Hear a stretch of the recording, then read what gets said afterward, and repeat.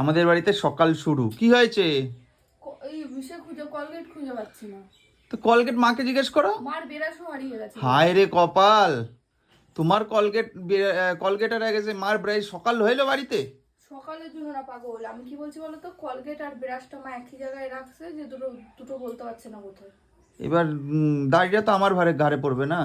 দায় তোমার ঘরে পড়বে না, তোমাকে আবার দোকানে পাঠাবে। ওইটাই তো বলছি, আমি এখন টাকা খরচ করে জিনিস আনতে লাগবে। তোমরা কি করো? মেয়ে মানুষ হইয়া কি করো সারাদিন? ওকে কোনো কাজ থাকে না। আমার মাও একটা, তুমিও একটা, দুইটাই মানে দুই রকমের রত্ন। শোকে যে দুই ধারে সাজায় রাখতে লাগে, রত্ন দুইজনে। জিনিসটা পাচ্ছে, তুমি ব্রাশ করবে না আজকে? হ্যাঁ, ওই যে মা ডাকে। তুমি কি বেডটি খাবা? হ্যাঁ, বেডটি খাবা? আমি ব্রাশ করে নেবো ঠিক। আমার নিম ডাল দিয়েই আমি ব্রাশ করে নিতে পারবো। না নিমডাল দিতা আমি করবো না। যাও করে নাও, যাও।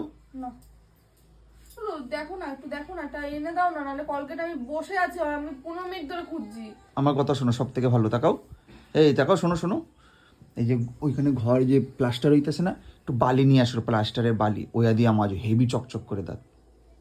যা নিয়ে। আইডিয়া কি? নুন আর সর্ষের তেল দিয়ে মাজলে দাঁত বেশি পরিষ্কার হয়। যাও। কিচ্ছু লাগবে না।